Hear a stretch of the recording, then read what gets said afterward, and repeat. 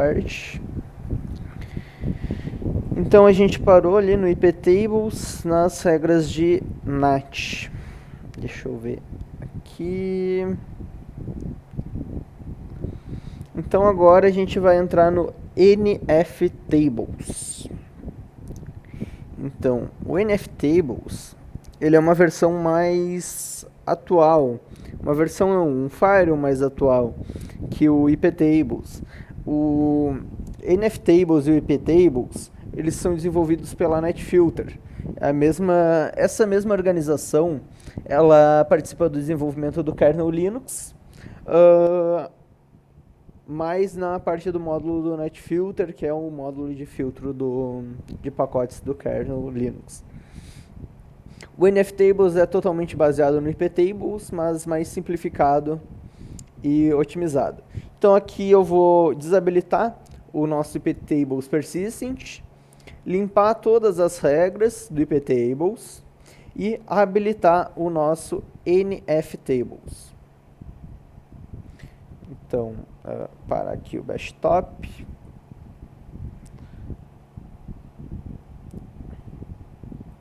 Então, a gente pode ver aqui que a gente tem diversas regras. O que eu vou fazer? Eu vou dar um systemctl stop netfilter persistent e um disable, que ele vai desabilitar o iptables persistent. O iptables persistent aqui nos serviços ele tem o nome netfilter persistent. Também vou dar um iptables -f e -tnat -f também. O -f ele vai dar um flush, ele vai limpar as nossas regras. Então podemos ver aqui que não temos mais nenhuma regra de firewall. Compreendido? Agora o que a gente vai fazer? Systemctl enable nftable. Ele agora habilitou o NFTables na inicialização. Vou dar um systemctl start NFTables. Agora foi startado o NFTables. Assim como o iptables, a gente pode dar um "-nl" aqui para listar as regras. No NFTables a gente dá nft-list rule-set. E ele vai listar as nossas regras. Aqui a gente tem algumas regras, algumas tabelas que eu deixei pré-criadas. Então, as configurações de persistência, as configurações das tabelas do NFTables, a gente pode fazer diretamente no arquivo de configuração. Então a gente vira em etc/nftables. Aqui vão estar as nossas tabelas. Então, ipnat e netfilter. O que esse inet significa? Pode ver que aqui a gente tem IP e aqui a gente tem inet. O IP ele serve apenas para IPv4. IP6 ele é de IPv6. Mas se a gente coloca inet, funciona para as duas na mesma tabela. Então nessa tabela aqui a gente consegue colocar tanto V4 quanto V6. Então sempre que for inet, funciona V4 e V6. A gente tem um comandinho que é o iptables translate, que ele vai traduzir uma regra de iptables para nftables. Então digamos que eu queira adicionar uma regra na input que com a origem 192.168.10.50 na porta 22 eu dê um accept iptables -deport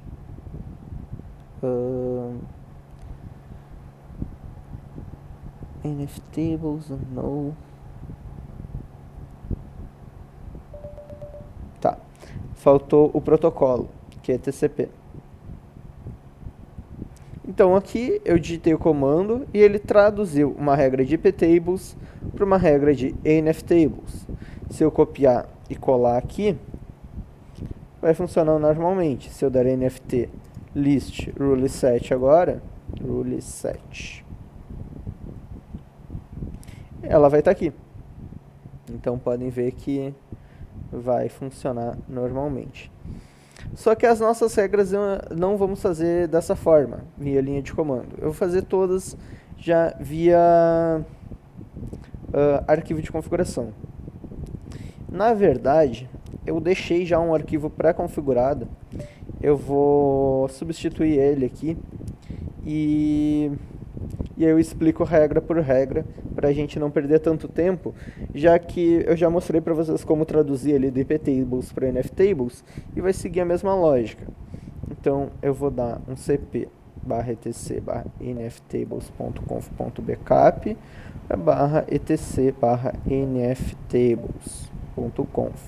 Então systemctl restart nftables e vou dar um nft list rule set. Então essas são as regras. nftables.conf. Então aqui a gente vai ter primeiro que um flush rule set para limpar todas as regras. Porque toda vez que o nosso serviço do nftables é startado ou restartado, ele vai limpar as regras para recriar. Então aqui o que eu estou especificando? Que a gente vai ter uma tabela. O inet vai, como eu já falei, vai especificar que vai funcionar V6 e V4. E ela vai ser a tabela filter. A gente dentro da tabela filter vai ter a chain input. Aqui vai ter o type filter, hook input priority 0. Isso aqui vai definir o hook lá do netfilter, como eu expliquei para vocês, que ele funciona por ganchos, por hooks. Isso aqui é muito mais complexo a explicação dos hooks, então vamos apenas entender que eles existem, e porque se a gente for ver todos os hooks e como funciona, a gente consegue fazer um curso inteiro de nftables. A policy, assim como no iptables, a gente vai ter uma policy default accept. Então ela é definida aqui também. Eu já deixei aqui configurada a regra para SSH, dizendo que o IP SADDR é o quê? Source Address. Então, todo pacote com origem 192.168.10.50 na porta, no protocolo TCP com destino à porta. Aqui eu já dei um spoiler para vocês.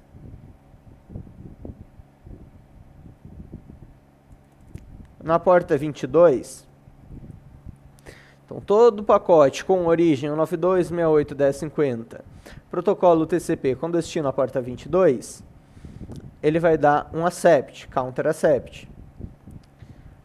E aí, IP6 com origem a essa rede IPv6, no protocolo TCP com destino à porta 22, eu também vou dar um accept. Então aqui eu já criei o accept para SSH no V4 e SSH no V6, muito mais simples do que no iptables. Então abaixo eu criei o quê? Uma regra para rsyslog. Eu posso colocar comentários aqui para estar facilitando a leitura. Então a rsyslog eu fiz o quê? IP SDDR. Então tudo no protocolo IPv4 com todo o pacote protocolo IPv4 com origem 10.20.00/24, protocolo UDP com destino à porta 55140, dá um accept. E no final eu coloquei um drop para SSH e para rsyslog. Então, todo o pacote TCP. Aqui eu não coloquei, como vocês podem ver, IP e IP6, porque eu dou um drop já sem especificar o protocolo de camada 3. Por quê? Porque aqui eu dou um drop ou um reject para os dois protocolos. Eu passo só o protocolo de camada 4. Vai funcionar normalmente. Então, todo o pacote TCP com destino à porta 22, eu dou um reject with TCP reset. Então, é a mesma regra aquela que a gente fez no nosso iptables. E todo o pacote, aqui não é TCP, aqui é UDP. Aqui tá errado. Todo o pacote UDP com destino à porta 55140 também dá um reject. Então, essas duas regrinhas aqui já vão dar o reject de IPv4 e IPv6. Na chain forward a gente não vai ter nada, na output nada. Na NAT pre-routing não vamos ter nada, a gente vai simplesmente fazer um masquerade na post-routing. O if name, output interface name, nome da interface de saída. Qual vai ser? ENP0S3 com IP de origem 10.20.00/24, eu dou um masquerade, ou seja, tudo com origem ao meu endereço da VLAN que esteja saindo pela minha interface NP0S3, eu vou dar um masquerade. Então, como vocês podem ver, o NFTables ele é muito mais simples. Ele é bem mais simples que o IPTables. Então, com algumas linhas vocês conseguem fazer toda a configuração do firewall. Eu deixei aqui na apostila, se vocês quiserem copiar e colar, vai ter aqui as tabelas que eu criei para dar uma olhada. Eu deixei um print aqui também.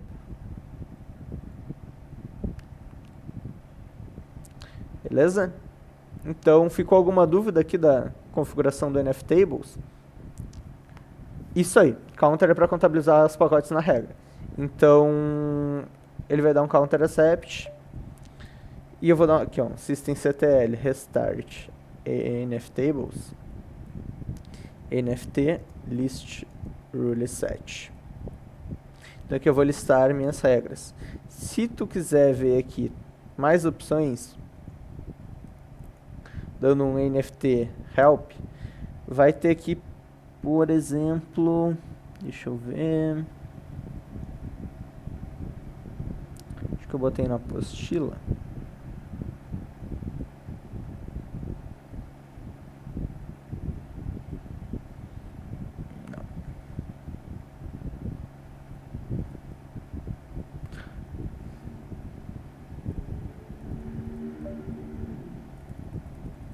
NFT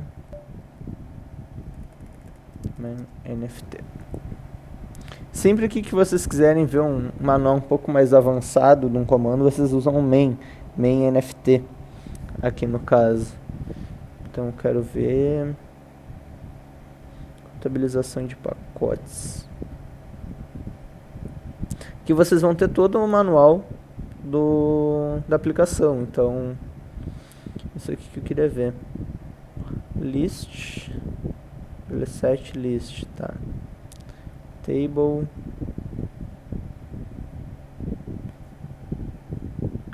list table, eu consigo fazer um list table, tá?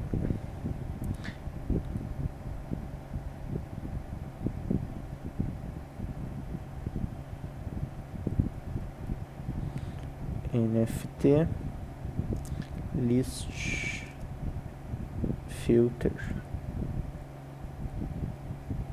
net filter, não, ft list ip filter.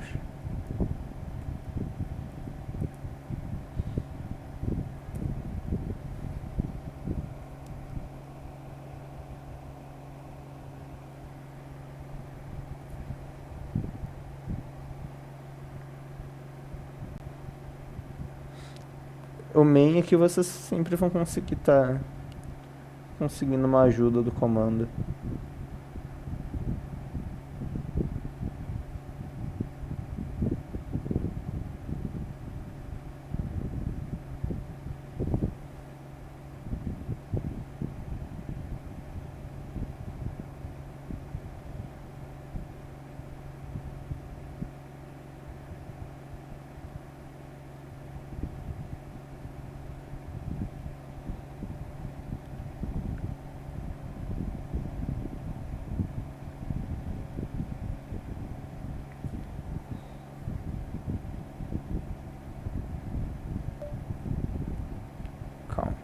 NFT counter.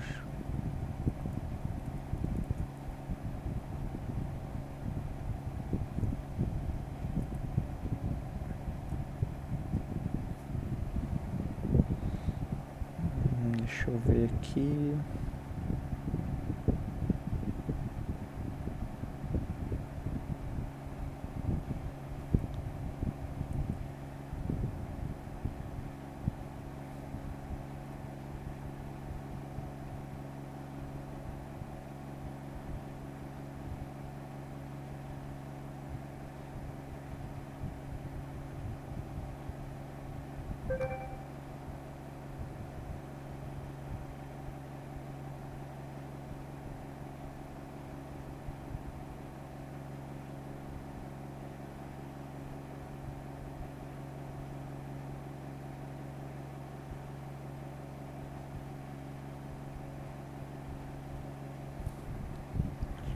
Packets.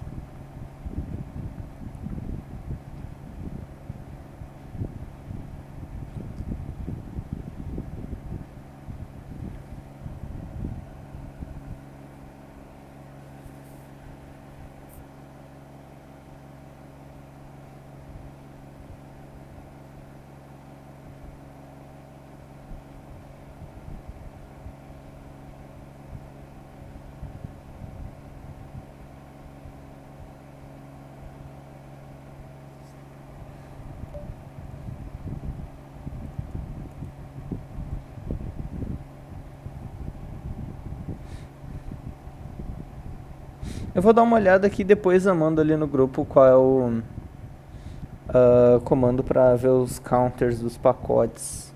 Packets. NFT packets. Não. Aí eu vou dar uma olhada aqui na minha documentação e mando para vocês, senão a gente vai perder muito tempo aqui. Isso não é interessante.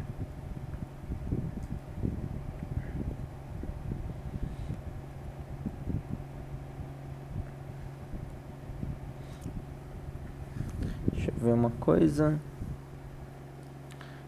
Sim, o NFTables é bem mais fácil que entender que o NFTables. Então, Renato, o arquivo hosts.allow e hosts.deny, tu fala pro SSH ali no caso?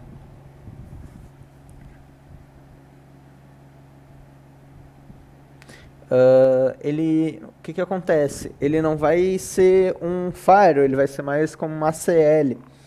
Mas nas versões mais recentes do SSH, do OpenSSH, ele não dá mais suporte para esses arquivos de host allow e host deny, que são chamados TCP wrappers. Então eles não são mais suportados pelas versões mais novas do OpenSSH. Então aí tem que fazer firewall mesmo.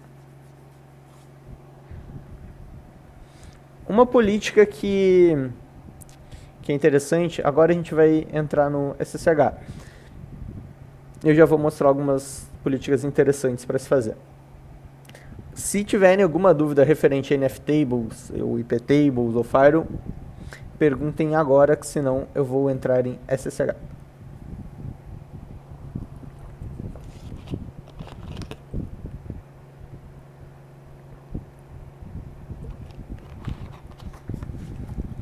Certo, então. Então o SSH, ele é o Secure Shell Host, ele é um protocolo que nos permite acessar de forma segura um determinado host. Então é um protocolo que a gente consegue acessar o terminal do outro host e tá fazendo ações nele como diria, remotamente. Ele é um protocolo seguro, então diferente do Telnet, por exemplo, o Telnet não tem criptografia. As informações são passadas em texto puro. O SSH não. O SSH já é criptografado. A gente vai aprender agora algumas políticas de segurança para aplicar no SSH. A gente vai alterar a porta padrão, Não vamos permitir que o usuário root logue com o SSH. A gente vai restringir usuários e alterar o tempo máximo para login. Então, qual vai ser o nosso objetivo com isso? Primeiro, alterando a porta, a gente vai fazer com que bots que escaneiam as portas 22 para estar tentando algum ataque não encontrem nossa porta SSH, porque a gente alterou ela. Login Grace Time, 20 segundos.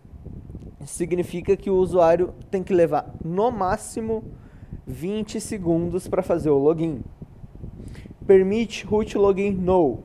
Eu não permito que o usuário root se conecte ao SSH. Isso é considerado falha de segurança. Eu não posso permitir que o root logue no SSH.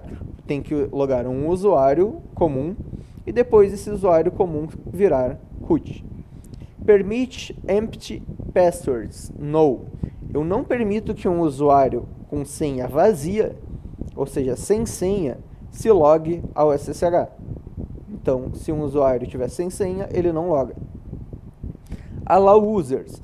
Eu consigo passar os usuários permitidos a logar no SSH.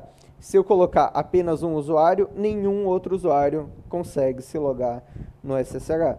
Só os usuários especificados. Eu tenho allow users, deny users, allow groups e deny groups. Eu consigo permitir quanto negar usuários e grupos.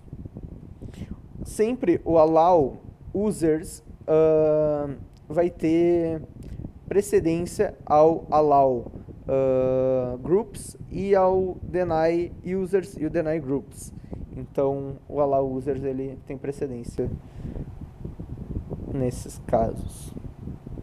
Eu vou acessar aqui o arquivo de configuração do SSH, que fica em /etc/ssh sshd.config. E vou alterar a porta. Qual porta eu coloquei aqui? 53722. Então, port 53722. Eu vou mudar o que também? Login Grace Time. Eu vou colocar 20 segundos. Permite root login. Eu vou colocar como no. Ele vem aqui prohibit password. Eu vou colocar como no. Allow users. Eu quero apenas que o usuário Gabriel possa logar no SSH. Eu tenho um outro usuário aqui nessa máquina chamada teste. A gente vai ver que esse usuário teste ele não consegue se logar com essa opção ativa. Aqui embaixo a gente vai ter também permite empty passwords. No. Nenhum usuário sem senha vai conseguir se autenticar no SSH. Então aqui a gente vai colocar agora. A gente pode também dizer que a gente permite autenticação via senha. Tá, isso é meio óbvio. Como é que a gente poderia fazer? A gente poderia, por exemplo, desativar a autenticação via senha e só permitir que um usuário se logue via chave pública e privada. Então, usuários com senha não conseguiriam se logar, apenas com chave. Então, consegue fazer diversos tipos de autenticação aqui. A gente tem outras opções, mas a gente vai se atentar só a essas que eu passei, que já basta para estar deixando mais seguro o servidor de vocês. Então vou salvar. Eu vou dar um systemctl restart SSH. Se a gente ver ptnl, a gente vai ver que agora a porta do SSH está 53722. Aqui eu botei ptnl por quê? P para ver o processo que está... Opa, eu rodei. O "-p ele vai mostrar o processo.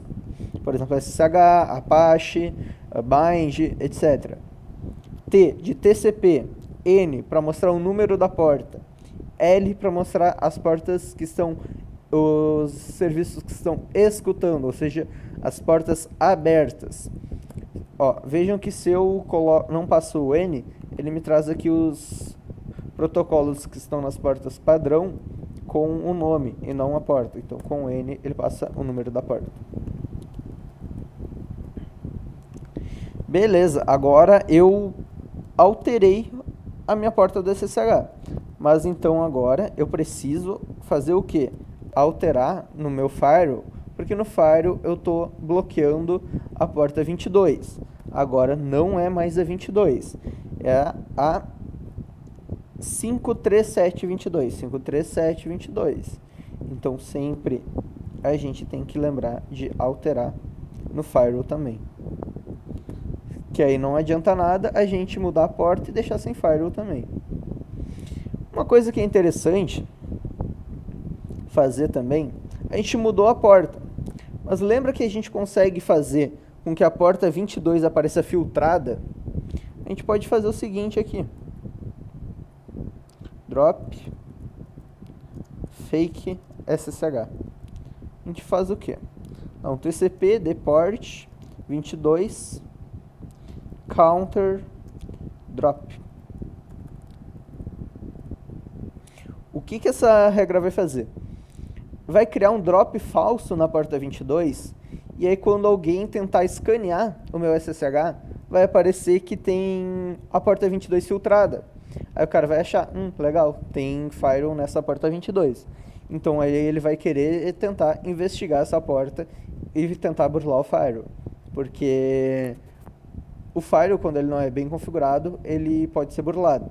Então, por isso que sempre hackers vão tentar burlar o firewall de vocês quando aparecer filtrado. Então, tem que tomar cuidado.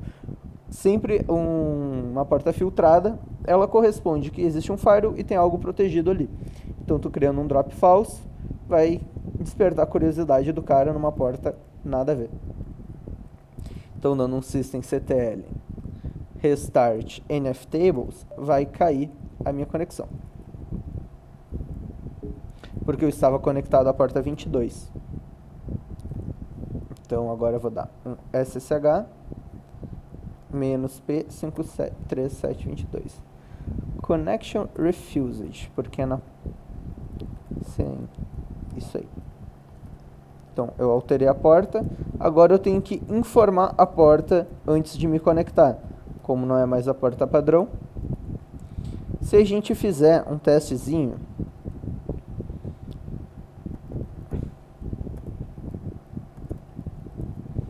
por que a gente botou aquele drop falso na porta 22? Nmap, vamos ter que botar um sudo nmap na porta 22. Então ele vai aparecer como filtrado. E já se eu colocar, eu vou testar de uma máquina aqui que eu não tenho liberado. Então, nmap-pn-ss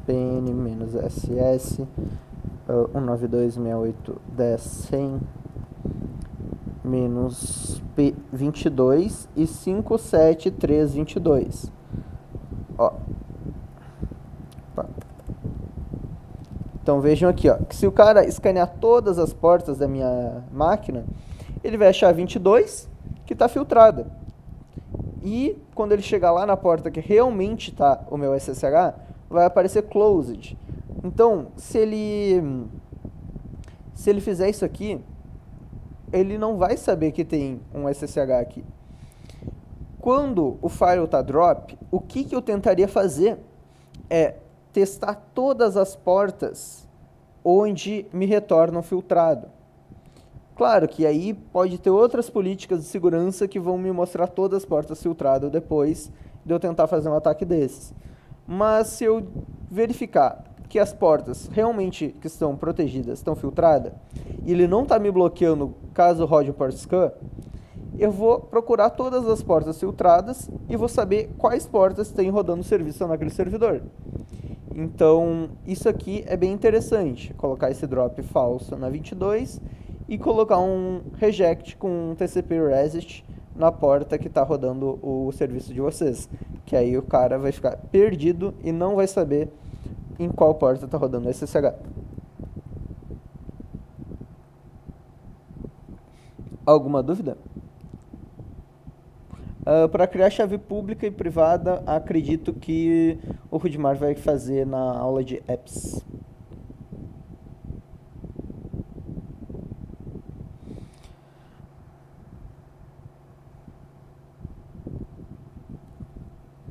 Beleza? Então isso aqui é só um truquezinho para vocês estarem enganando aí alguns possíveis atacantes.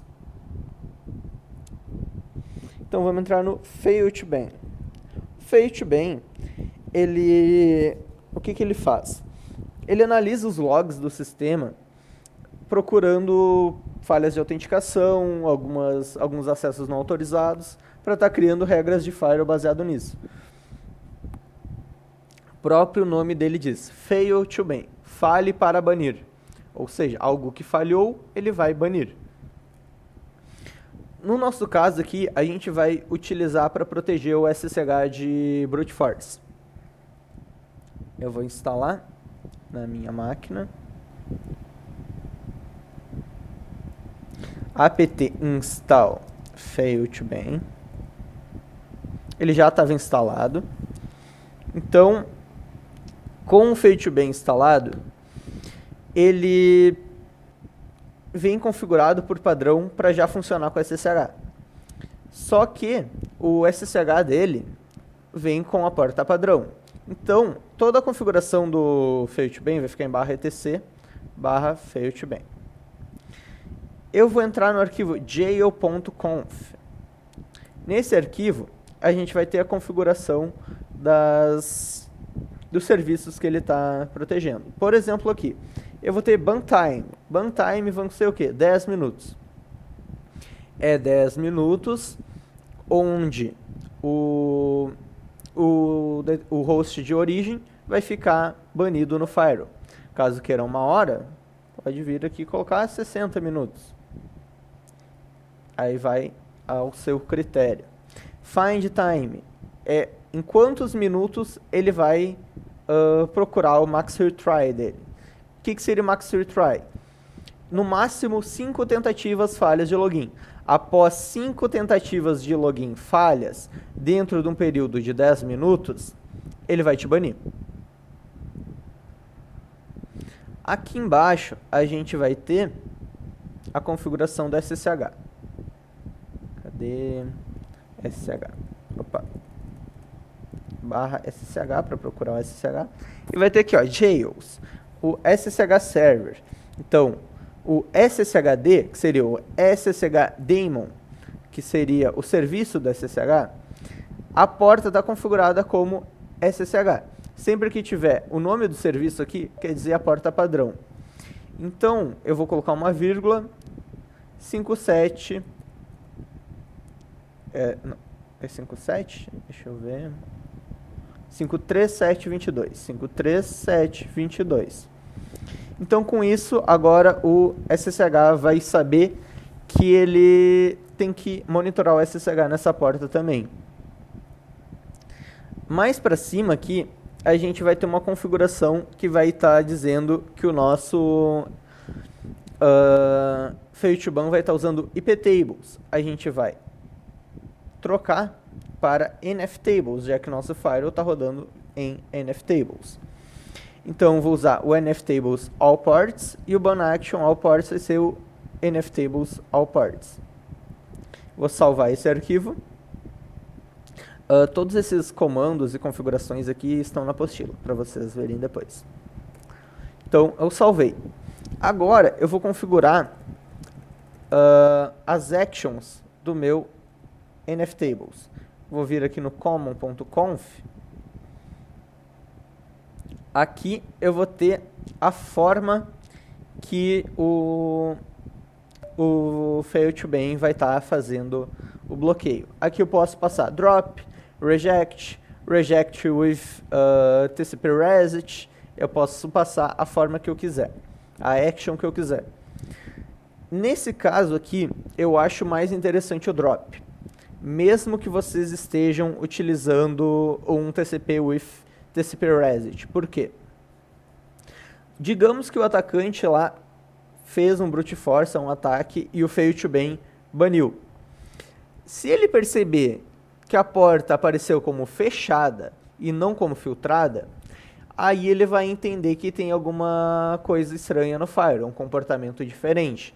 E aí, nisso pode ser que ele compreenda que vocês estão usando o reject with TCP reset nas regras normais de firewall.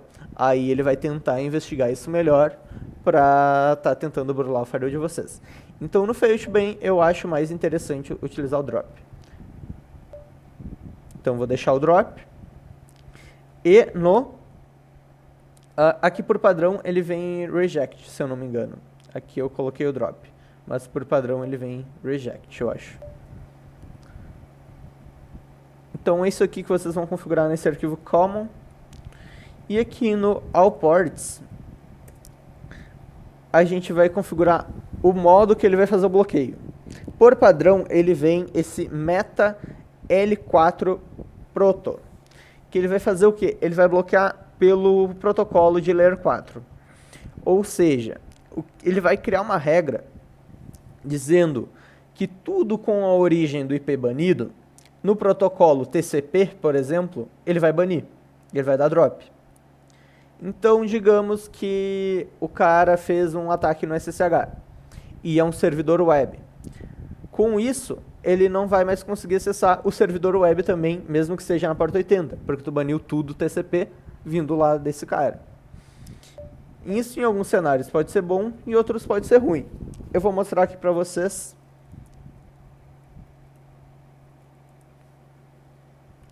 como ficaria.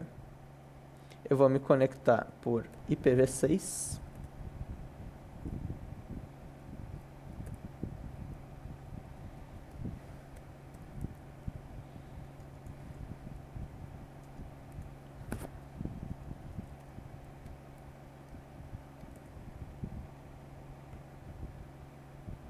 Conferindo a gravação. Eu vou me conectar por IPv6 e vou fazer tentativas falhas de login por IPv4. SSH, Gabriel. Então, vou errar assim uma vez. Vou errar outra. Vou errar outra. Agora eu vou errar mais duas. E vou ser banido.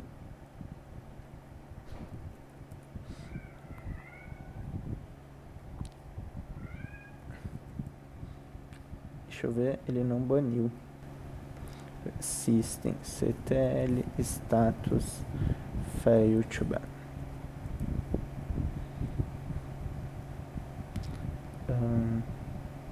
tail-f /var /log, log.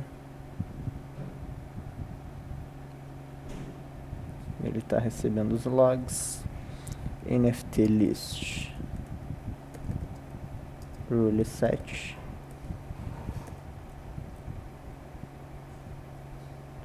Ele não criou as chains. System ctl restart nftables. Ele criou aqui sim.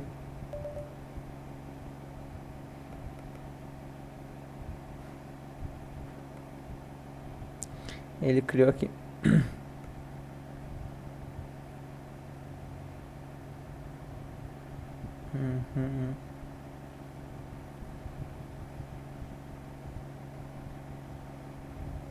Tá.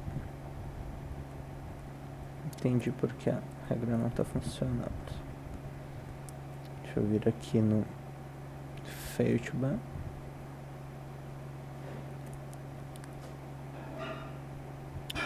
Olha os logs do fail to ban, ele deve acusá-la. Como? Os logs do fail to ban, ele deve ter lá as tentativas. Ele tem que contabilizar. Ele já baniu. Mas aqui o que eu vi é isso aqui.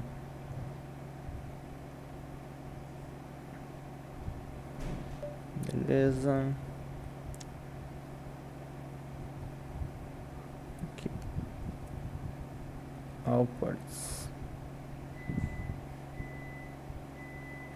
Meta L4 proto. Protocol.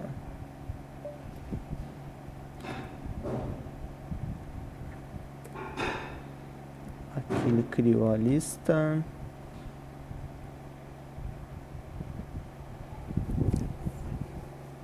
Só que ele colocou isso aqui.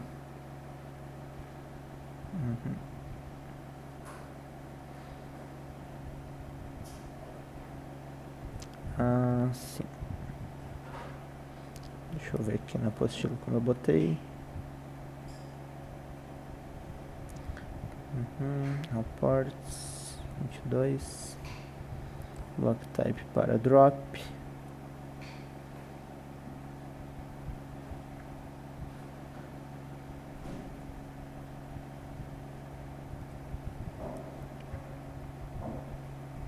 Que eu tinha testado aqui também. Então acho que foi alguma configuração que eu deixei para trás.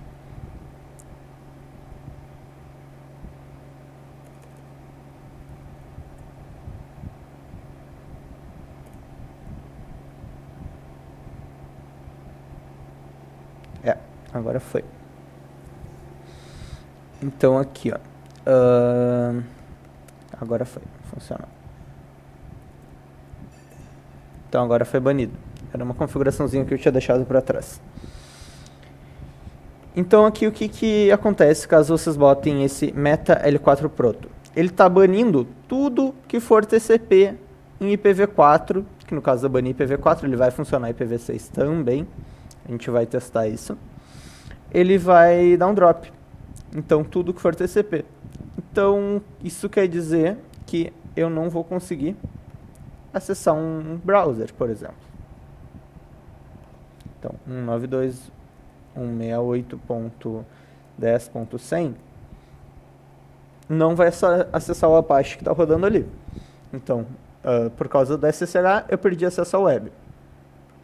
Isso é interessante em alguns cenários, em outros talvez não. Aí, de novo, vocês que vão ter que analisar o cenário que vocês estão trabalhando. A gente tem outras opções, como utilizar aqui essa configuração do protocol e o deport. Isso vai fazer o quê? Que ele bloqueie apenas a porta do serviço que ele estava trabalhando. Então, se eu restartar aqui, der um nft list role set, ele vai estar dando um TCP deport SSH e 53722. Então, a porta do SSH ele vai estar dropando para esse IP de origem. Então, agora, eu não consigo me conectar no SSH, mas eu consigo acessar o servidor web. Então, essa seria a diferença. E a gente tem uma última opção, que ela é um pouco mais bruta, digamos. Que ela vai simplesmente dropar tudo. Tudo que seja da origem. Independente do protocolo, independente de qualquer coisa. Então, para isso, você só dá um nftables mode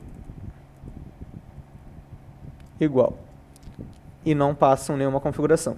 Isso aqui vai fazer que ele drope qualquer pacote vindo daquela origem. IPv4, IPv6, IPv4 e IPv6 não, porque ele vai bloquear o IPv4 ou IPv6. Mas TCP, UDP, ICMP, qualquer tipo de protocolo, em qualquer porta, vai ser tudo dropado. Então vamos testar. Restart. Listando as regras. Podem ver aqui, ó, que o IP de origem que esteja nessa lista aqui, ele vai dar um drop, independente de qualquer coisa. Ele vai dropar tudo que venha do IP. Tem como a gente dar um ban nesse IP? Tem. A gente pode tirar o ban dele usando o fail to ban client. Eu vou dar um set no que? No SSHD. E que ação eu quero fazer? Um ban IP. Se eu der um tab aqui, ele vai completar para mim, porque só tem um IP nessa lista. Então, se eu der um enter, a gente pode ver aqui que sumiu o IP. Vamos também agora nos conectar via IPv4. E vamos realizar um brute force via IPv6.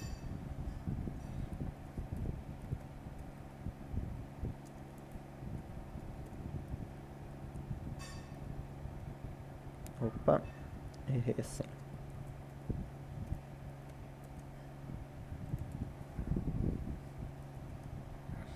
Então eu vou errar a senha algumas vezes por IPv6.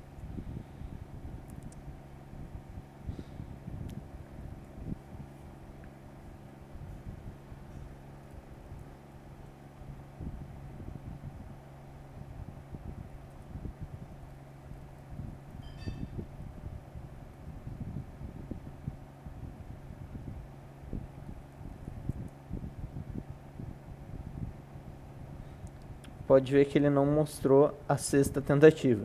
Se eu der um NFT list rule set, a gente pode ver aqui que ele adicionou o meu IPv6 à lista. Agora que vocês viram meu IPv6 do meu notebook público, aí eu vou ativar meu Fire.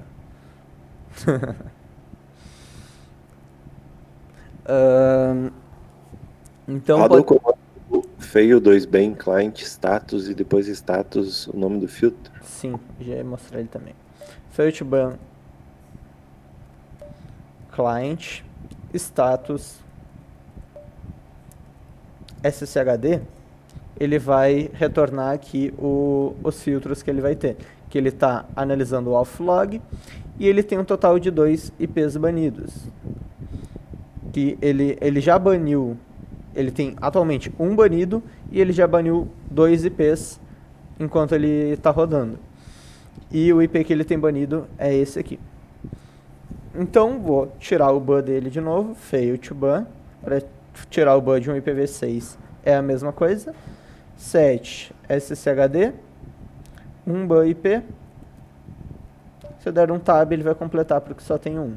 Dando um enter, ele tirou o ban do meu IPv6. Alguma dúvida em relação ao fail2ban?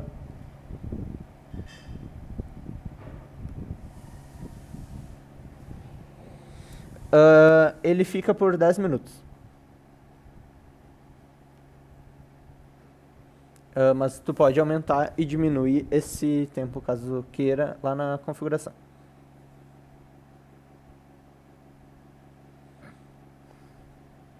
Sim, ali no treinamento de DNS, inclusive o Rudy vai mostrar como fazer ali uma configuração personalizada para o DNS no fail2ban.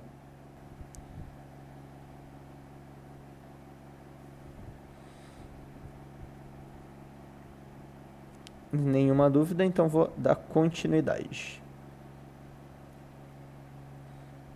A gente vai ver o sudo. O sudo, o que ele faz? Ele permite com que um usuário tenha permissão de outro usuário em determinada ação. Então, ele vai conseguir fazer o quê?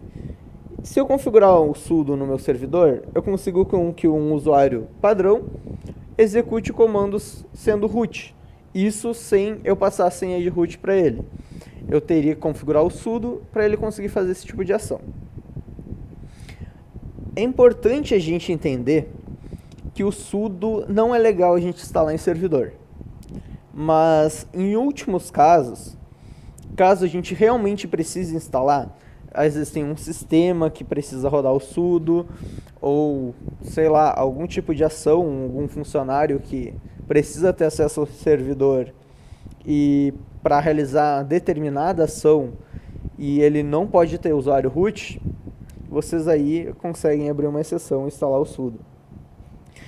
A configuração do sudo é feita no arquivo /etc/sudoers e nele a gente tem algumas opções, como defaults. Ele vai ser um comandinho que vai determinar variáveis de ambiente.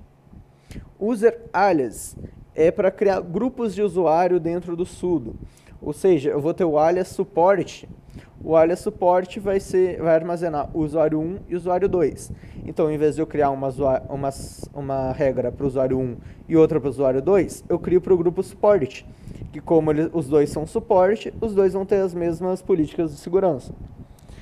Eu posso também criar um alias para hosts específicos e posso para comandos. Então, aqui eu tenho comandos de instalação. Eu tenho /bin/pt e /bin/dpkg.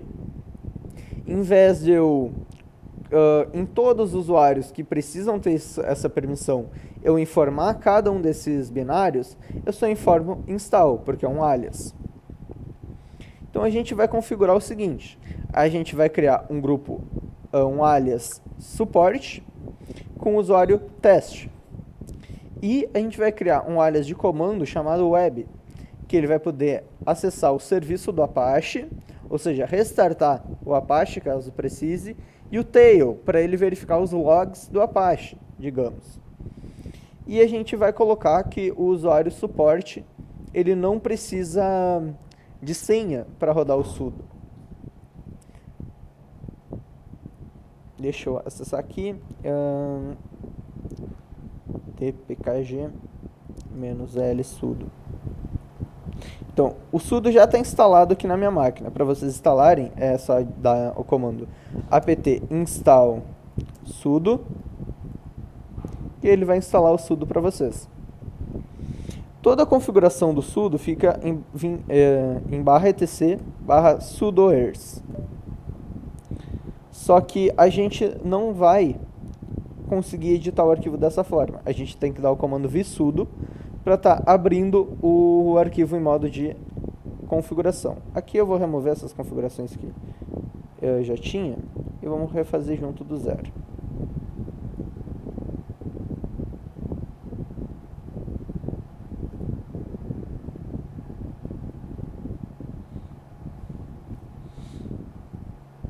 Então a gente vai criar primeiro um user alias, que vai ser user alias support, que vai ser usuário teste. Aí caso vocês passem mais usuários, passa aqui o usuário Gabriel, o usuário do fulano. Então vocês passam aqui no separado por vírgula. Command alias, eu vou ter um cmnd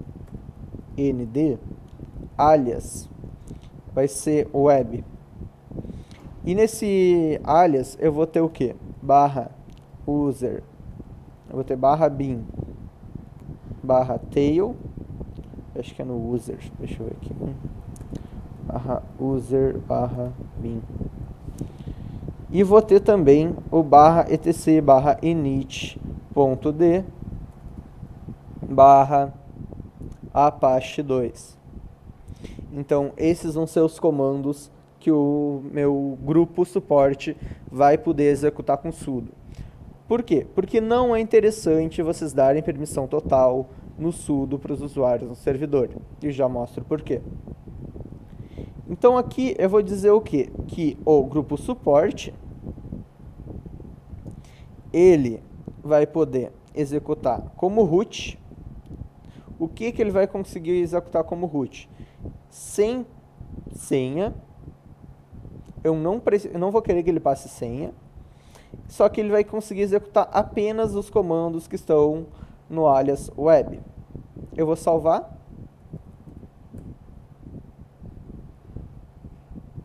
E vou logar como teste. Só um momentinho.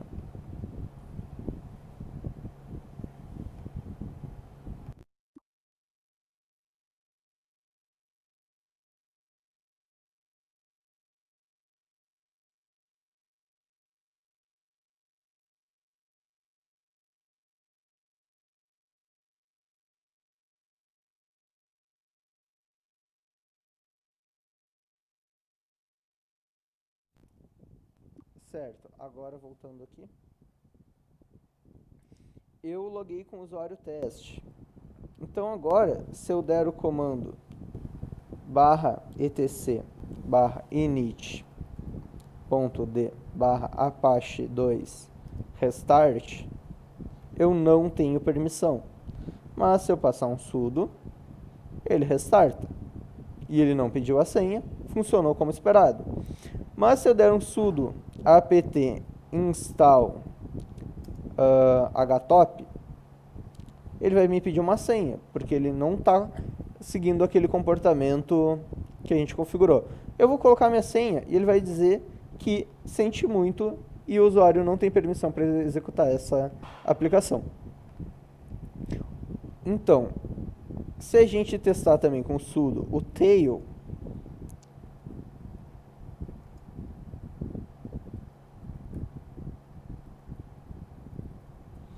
eu vou conseguir ter acesso. Então, com isso, eu consigo estar gerenciando as permissões do meu usuário. Vocês conseguem pensar alguma malandragem que dê para fazer usando o sudo? Aqui, eu disse que o meu usuário pode usar o tail e o Apache, certo? Com isso, o meu usuário não consegue estar fazendo algum hack, alguma coisa para elevar os privilégios dele. Ele até conseguiria, mas aí ele precisaria que eu tivesse feito alguma alteração nas permissões aqui desse arquivo de script do Apache ou alguma coisa do tipo. Mas digamos que o meu usuário teste, ele estava me reclamando porque ele dava um find e ele queria encontrar os arquivos que sejam .sh.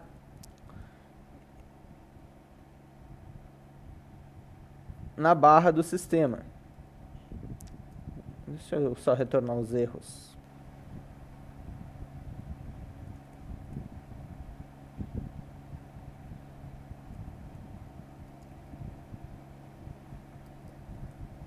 Então, se eu procuro em todo o sistema, ele vai me dar um monte de permissão negada. E aí esse usuário teste, ele veio reclamar para mim que ele estava tentando usar o find e tava dando permissão negada, negada. E ele disse, cara, tu não consegue colocar o find lá no sudo para mim, para eu conseguir rodar ele como root, para eu só encontrar os arquivos, eu não vou ter permissão de ler eles. Será? Vocês dariam permissão pro find para esse cara? Só para usar o find, só para encontrar os arquivos. Me diz aí quem daria essa permissão.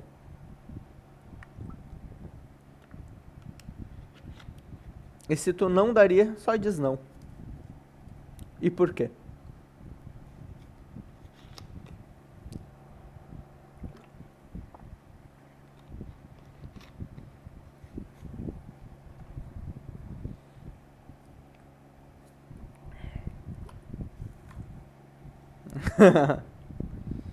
Vai que o cara é malandro. Não. Beleza. O que esse ser humano conseguiria fazer com o comando find no meu servidor? Muita coisa. Muita coisa. Se eu dizer para vocês que por meio de eu colocar aqui o find, esse cara consegue logar como root, vocês acreditam em mim?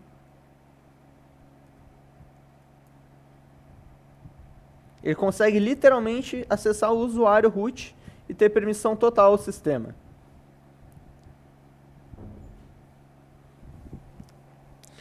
Como é que esse malandro vai fazer isso?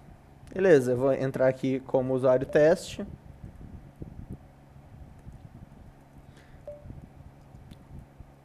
Então, eu vou criar aqui um arquivo chamado teste. Então, tem um arquivo teste aqui na raiz da minha home. Eu vou dar um comando sudo find ponto, ou seja, no meu diretório local, menos -iname teste. Ele encontrou um arquivo. Beleza? Mas agora vocês lembram que existe um parâmetro aqui no find, que é o exec, que para cada arquivo que ele encontrar, ele vai executar um comando. Se eu passar aqui para esse bendito, o /bin/bash, o que vocês acham que vai acontecer?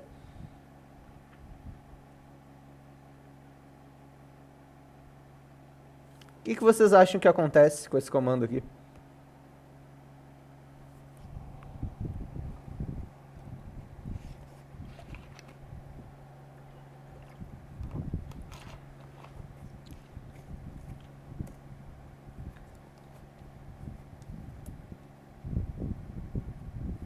Olhem o que aconteceu.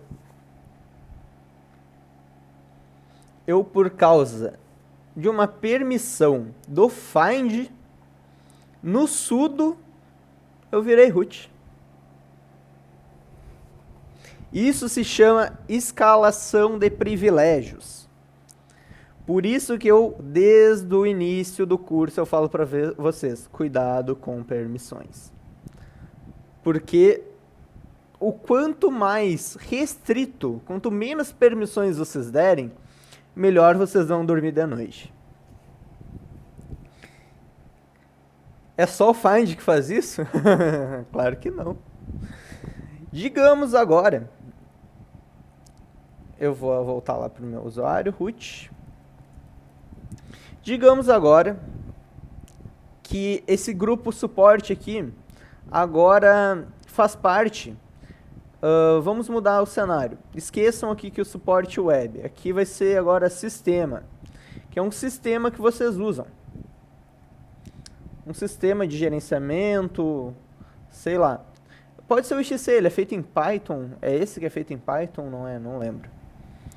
E agora vocês vão dizer que tudo no sistema vai ter acesso à web aqui, digamos.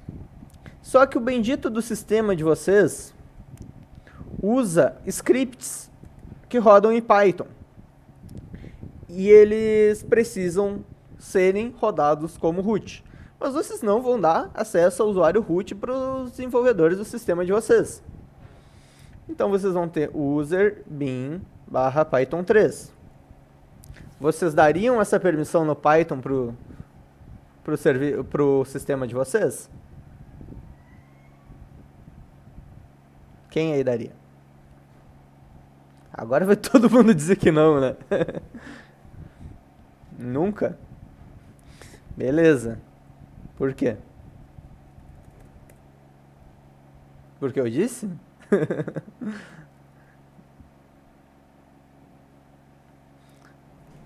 Então, digamos aqui que eu acesse o usuário teste e digite Python -c import pty e pty.spawn /bin /bash.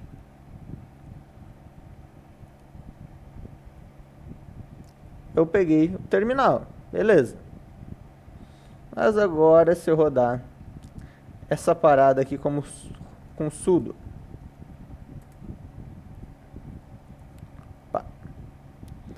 aqui é Python 3, que ele vai rodar com outro Python. E agora, por meio do Python, eu obtive o usuário root. Consigo fazer isso com o PHP? Consigo. Consigo fazer isso com o Nmap? Consigo. Consigo fazer isso com o Mount? Consigo. Consigo fazer isso com... deixa eu pensar... Com Chrome? Consigo. Então, cuidado. Muito cuidado com esse tipo de permissão. Porque vocês podem estar dando um tiro no pé de vocês. Então aqui eu vou voltar para o meu usuário root e vou deixar peladito aqui apenas o necessário. Aí vocês já viram aquele filme Mowgli? Somente o necessário. Agora fui longe aqui demais. Então vocês só quando se trata de permissões é somente o necessário. Levem isso para a vida de vocês, porque permissão não se dá de bobeira. Escalação de privilégios é uma coisa muito, digamos, não muito complexa, é prático e simples de fazer, como vocês viram aqui. Mas existem diversos tipos de escalação de privilégios. Por exemplo, existem falhas dentro do kernel do Linux que permitem escalação de privilégio. Porém, essas falhas são em versões mais antigas do kernel. Então, por isso que não é ideal vocês usarem distribuições antigas. Então, vocês estão com uma distribuição muito desatualizada, com kernel 3 ponto alguma coisa, vocês podem estar com uma falha. Que existe, por exemplo, a callroot, que ele vai fazer o quê? Existe em sistemas operacionais e em gerenciamento de processos, que me esqueci agora o nome, é a procedência de corrida, me esqueci agora o nome em inglês. Mas o que isso significa? Que o processo que chegar primeiro, ele obtém o recurso. E o callroot explora uma falha dessas dentro do kernel. Então, mesmo vocês tendo tudo configuradinho, vocês tendo um kernel antigo no Linux de vocês vão ter uma falha de escalação de privilégios que vocês vão conseguir virar root com qualquer usuário usando um exploit. Mas tem quem diga que ficar só atualizando o sistema dá mais dor de cabeça. Cara, depende. Se tu tiver um desses sistemas aí que roda engessado com PHP 5.4 e o que seja, vai ser... Claro, vai quebrar. Isso aí não há o que dizer. Mas agora, se tu tem um sistema moderno, atualizado, que foi construído de uma forma profissional, eu não vou farpar muito aqui, mas um sistema feito de forma profissional, tu não vai ter esse tipo de problema, porque os caras não vão utilizar uma versão do PHP da época que os dinossauros programavam em tijolo. Então, cara, se o sistema é decente, não vai quebrar nada. Qualquer sistema atualizado vai funcionar. Sim, PHP 8 já saiu, mudou bastante coisa ali, tá bem mais interessante. Já estava bem interessante ali na 7.4, que já tinha muitas melhorias. Questão de design patterns, até com a PSR do PHP, é muito show. Então eu realmente não entendo esses caras que ficam programando com versão antiga, sendo que as versões mais novas são muito mais rápidas, estáveis, com padrões de projeto, com PSR, tem o Composer, tem gerenciamento de componente. Então, cara, eu realmente não entendo, eu não tenho outra explicação para esses sistemas que usam tecnologias antigas, a não ser falta de profissionalismo e preguiça de atualizar o sistema para uma versão mais nova. Eu sei de sistemas que estão utilizando PHP moderno e já estão migrando para outras linguagens, reescrevendo todo o sistema, porque o PHP já não atende mais por causa da demanda, por causa da escalabilidade do sistema. Então, um sistema ele sempre vai ter que ser refeito em algum momento. Isso aí, Saulo, até as gambiarras parar de funcionar. Então, cara, isso é realmente falta de profissionalismo e preguiça.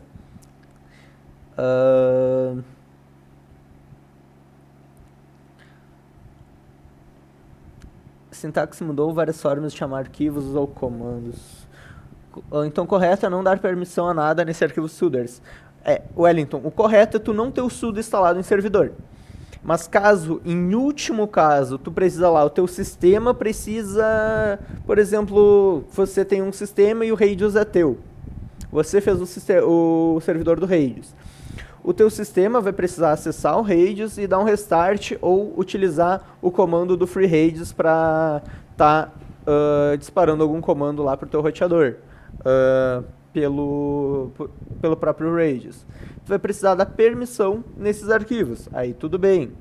Só que aí, já se precisar ficar dando permissão em Python, em PHP, nisso, naquilo, aí tu já corre que não é legal.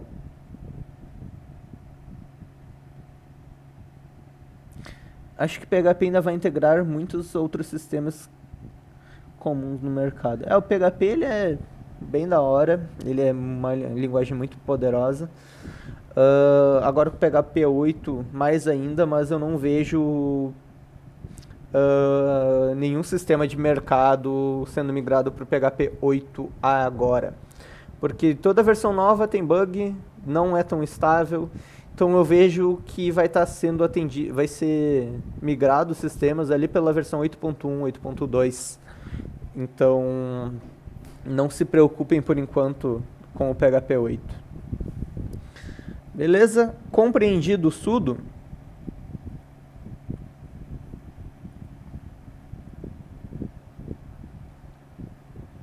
Beleza. Alguma dúvida? Isso aí, sudo nunca. Na máquina de vocês, pessoal, pode instalar sem problema. Até o Ubuntu ele já vem. Caso vocês usem o Ubuntu. Beleza, vou passar para o próximo slide. Isso aí, quem não vê porque é sudo. Posso ensinar outras técnicas de escalação de privilégios para vocês caso queiram, mas fica para outro momento. Quem sabe faço uma live aí sobre segurança, ou quem sabe alguma coisa relacionada à segurança mesmo. A gente pode trabalhar alguma coisa do tipo. Então, módulos do kernel. Os módulos do nosso kernel, eles são como peças de código que podem ser carregadas conforme a demanda e descarregadas também. Elas adicionam funcionalidades no kernel e não precisam ser que o sistema seja reinicializado ao carregar. Os módulos eles ficam gravados em /userlib/modules e separados por diretórios com cada versão do kernel. E o que isso significa? Que aqui em /lib/modules vai ter duas pastas. São duas versões do kernel que eu tenho instalado: 4.19.0.13 e 11. Então, para cada versão, tem os módulos específicos dessa versão. A gente tem alguns comandos para estar listando e fazendo alterações nesses módulos, como o lsmod, ele vai listar todos os módulos carregados no sistema. Quais que estão carregados agora? Todos esses aqui.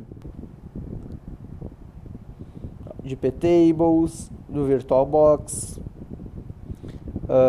driver da Intel, de vídeo, bateria, contract do NFTables, Masquerade, NAT, entre outros. 802.1q é o módulo de VLAN. ext4, módulo para sistema de arquivos ext4. fscrypto para criptografia de sistemas de arquivo, entre outros. Então aqui a gente vai ter todos os módulos carregados no nosso sistema. A gente pode também dar o comando modinfo. Eu vou dar um modinfo 802.1q, que é o nosso módulo de VLAN. E ele vai dizer aqui o arquivo que ele está carregado.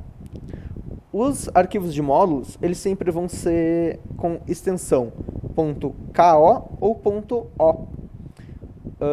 O .o, ele é um arquivo, geralmente, uma biblioteca C. Então, é bem interessante ver aqui o destino. Então, se a gente vê aqui dentro da pasta da nossa versão do kernel, a gente tem outra pasta kernel, e dentro disso a gente tem a separação de NAT, que são módulos de rede. E aqui do 802.1q.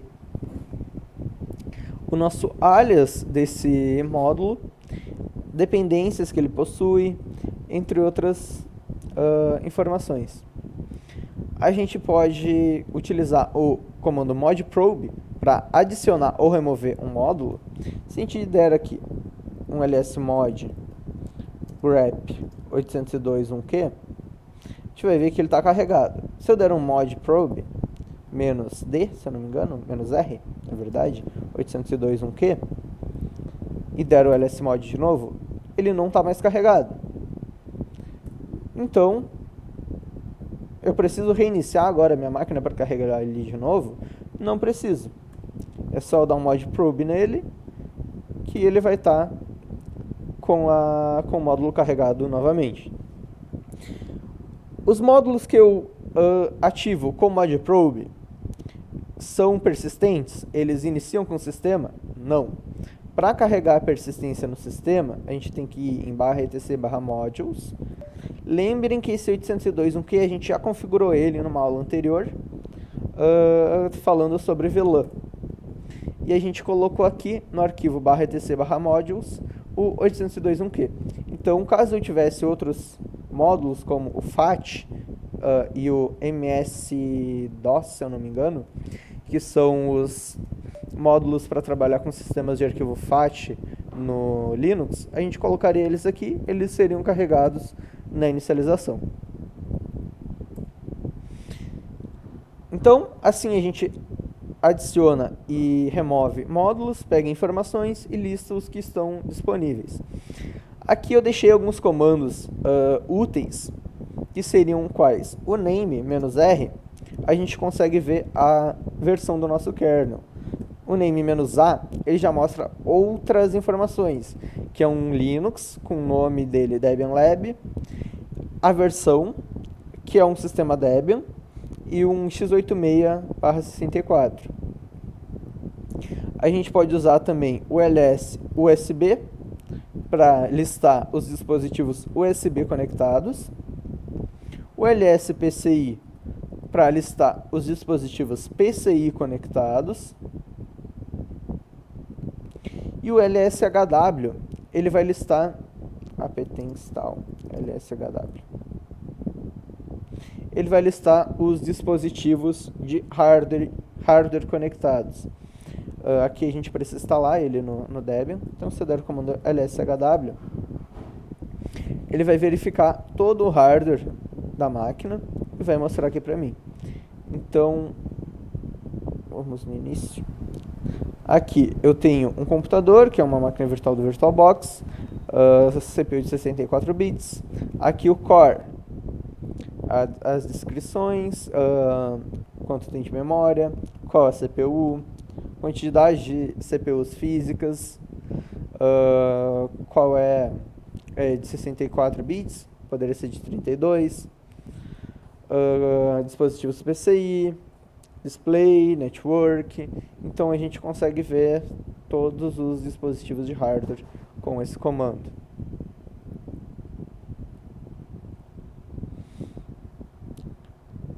Deixa eu ver se faltou algum. Aqui nenhum.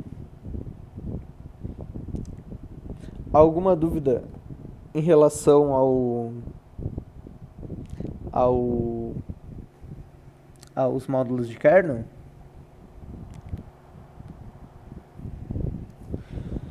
Wagner, quando tem alguma versão de kernel estável para atualização, ele vai te mostrar. Tu consegue fazer a compilação de um kernel que tu baixa, mas aí a gente não vai tratar nesse curso. Mas é possível tu baixar uma versão específica do kernel e fazer a instalação. Nenhuma dúvida? Beleza, vamos prosseguir. Vou dar aqui uma breve explicação sobre o Boot Manager, que no caso das versões do Linux atuais é o Grub. Antigamente era utilizado o Lilo. O Lilo era o quê? O Linux Loader. Era L-I-L-O, Linux Loader. Hoje é utilizado o Grub. O Grub, ele é um sistema multiboot, ou seja, a gente consegue ter diversos sistemas inicializando com ele. A gente consegue ter um dual boot com Linux e Windows, e no Grub a gente vai escolher qual das versões, qual dos sistemas a gente quer utilizar. No Grub também a gente vai conseguir gerenciar qual versão do kernel que a gente quer utilizar, digamos que tenha 4, 5 versões do kernel instaladas na mesma distribuição, ali é possível escolher qual versão vai ser utilizada. O grub ele é instalado automaticamente na instalação do sistema e os arquivos de instalação ficam em /boot/grub. O arquivo de configuração que fica lá dentro não deve ser editado e ele é gerado sempre que tu roda o comando grub mkconfig.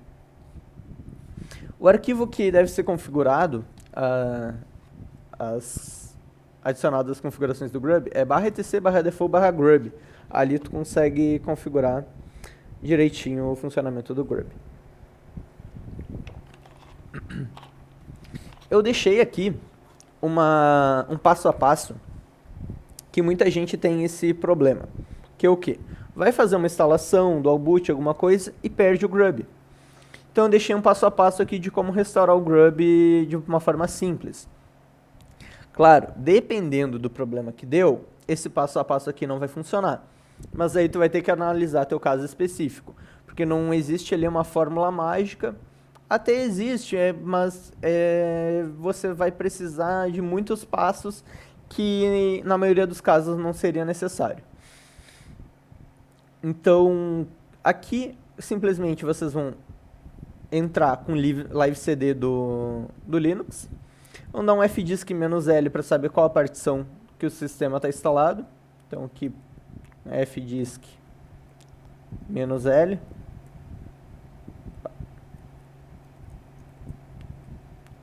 Vou dar na minha máquina mesmo. Então aqui, por exemplo, eu tenho /dev/nvme0n1 e tenho /dev/sda, porque eu tenho um NVMe e um HD SATA. Então o meu sistema está instalado no NVMe. Então é isso aqui que eu precisaria ver nesse passo. Eu daria um comando para criar um ponto de montagem, /mnt/disco, por exemplo. Eu poderia simplesmente passar /mnt, mas aí caso tenha mais partições, queira fazer algum procedimento, por isso eu gosto de isolar dentro de um diretório. Aí vai montar o sistema de arquivos, na partição que está instalada o sistema operacional, dentro do diretório criado, e rodar um sudo grub install com root directory, o /mnt/disco e o disco como /dev/sda.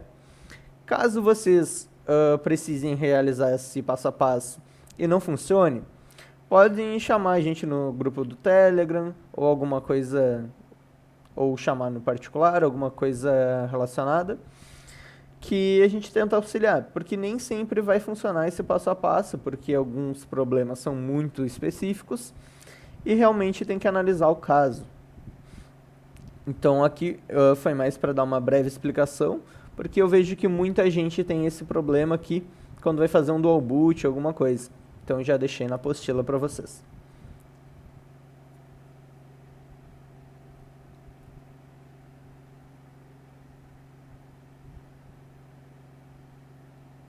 Instala o Windows posterior. O que não rolou, Saulo? Com esse passo a passo aqui?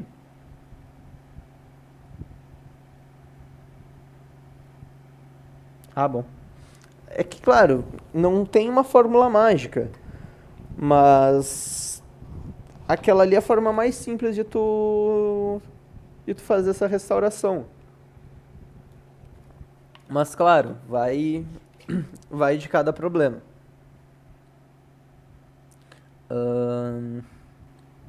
Dual boot pra que usa só Linux? É uma opção também.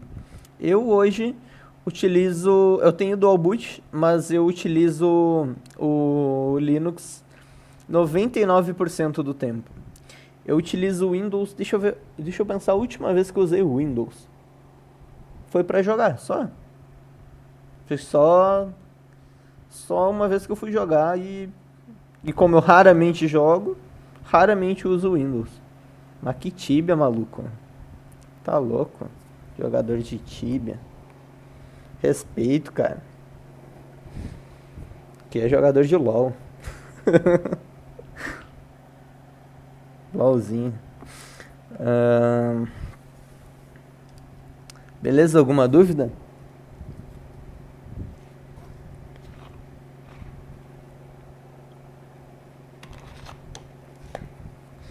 É que na configuração default do Grub, eu não recomendo que mexam, porque não é interessante estar sendo alterado. A não ser que vocês saibam muito bem o que estão fazendo.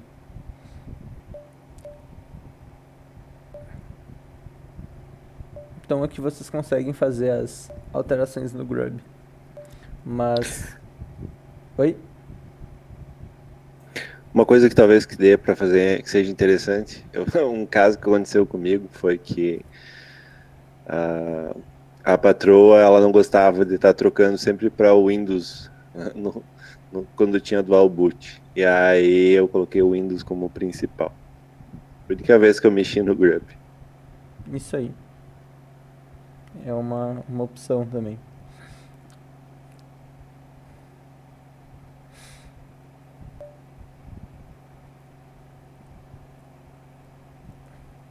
Alguma dúvida aqui em relação ao como seria a atualização do kernel, a restauração de um kernel corrompida? Cara, aí tu já entrou numa parte um pouco mais avançada da história.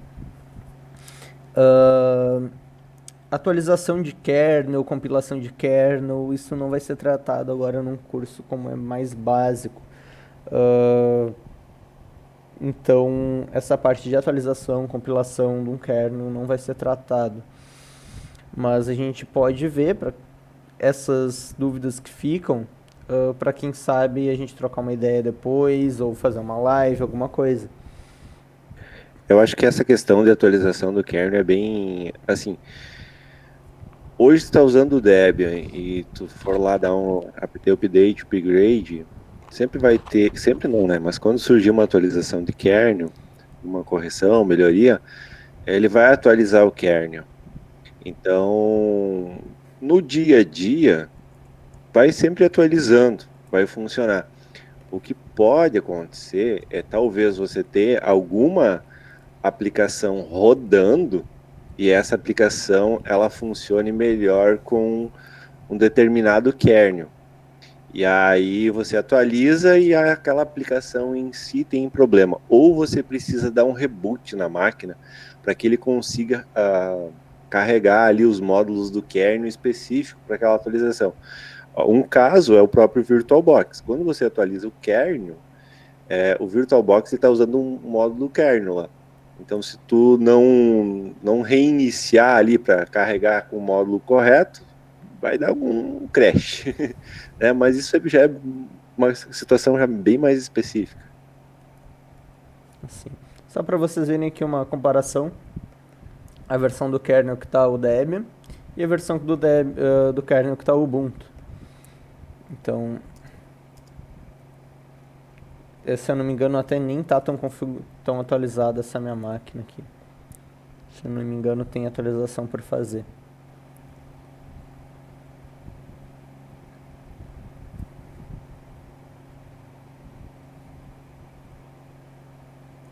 Acho que agora eu entendi a dúvida do Wellington, porque o Wellington lá tem a VirtualBox rodando, e até eu que montei o servidor para ele lá. E a gente teve algumas vezes o que? De atualizar não apt update, upgrade lá, ele atualizar o kernel e por uma queda de energia, alguma coisa assim, reiniciar e o mod lá do VirtualBox não funcionar. Sim. E aí tinha que recarregar e reinstalar lá o mod do... Na verdade, assim, quando atualiza o kernel, normalmente tem uma atualização também para o VirtualBox do kernel para aquela versão. Então, não é que o kernel deu pau, né? A questão é aquilo que eu falei, a aplicação em si que não bateu. Isso aí. Então, para vocês verem que o Ubuntu, ele tá na versão aqui 5.4 e o Debian mais atualizado na 4.19. Deixa eu ver até se tem atualização no Debian.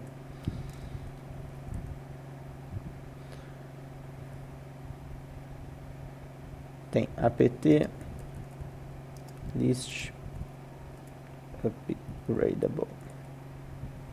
E nem atualização do kernel. Já aqui do Ubuntu, provavelmente tenha. Não, está atualizado. Então, os dois mais atualizados são esses, para vocês verem a diferença aqui da atualização de um para o outro. Isso quer dizer que o Ubuntu seja melhor? É melhor, mas não por isso. Não, brincadeira. Mas para servidor, realmente aqui o Debian ele é mais estável. Então, essa versão do kernel, ela não quer dizer que vai ter problema. Ela é um pouco mais antiga, mas ela foi muito testada e com certeza é estável ainda. Já a 5.4, ela é uma versão mais recente, não foi tão testada, pode ter algum bug, alguma coisa do tipo. Então, uma versão mais recente. No Debian ele sempre vai usar a segunda long term. Nenhuma dúvida sobre o Boot Manager?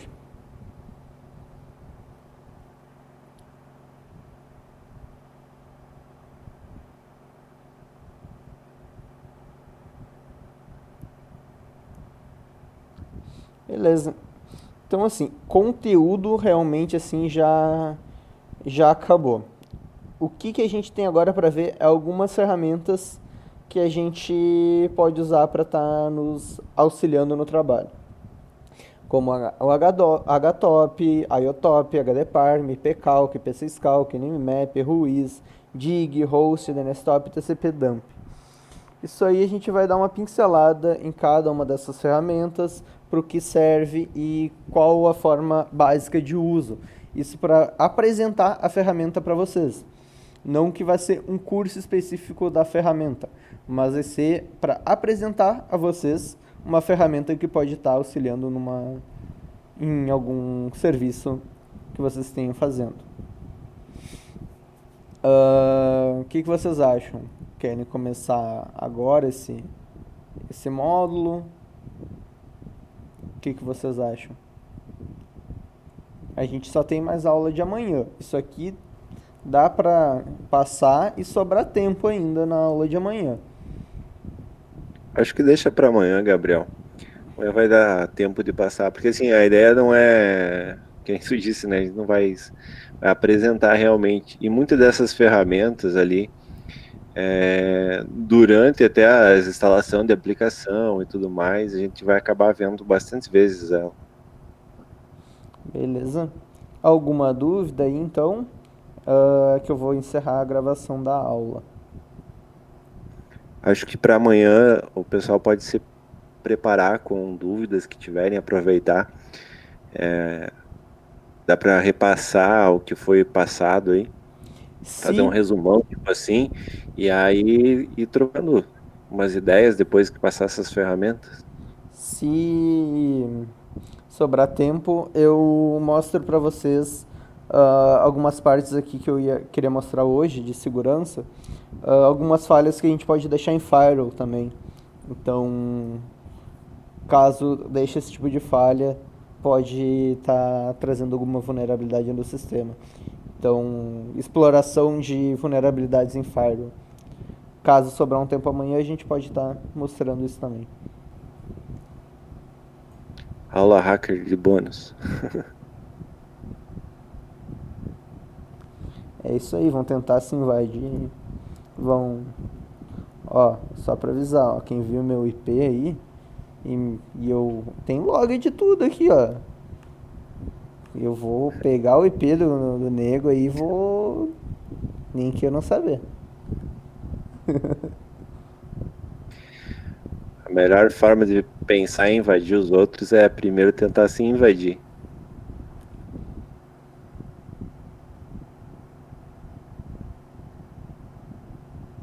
Ah, Renato.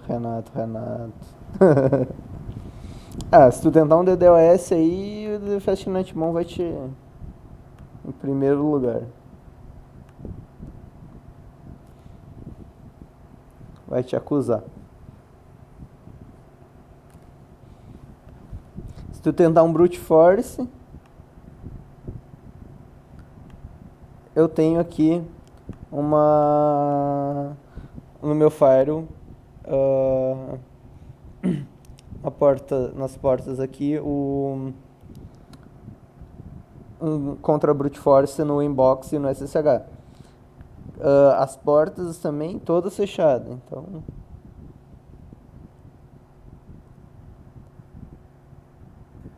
Mais fácil estar aqui em casa, tá tudo aberto.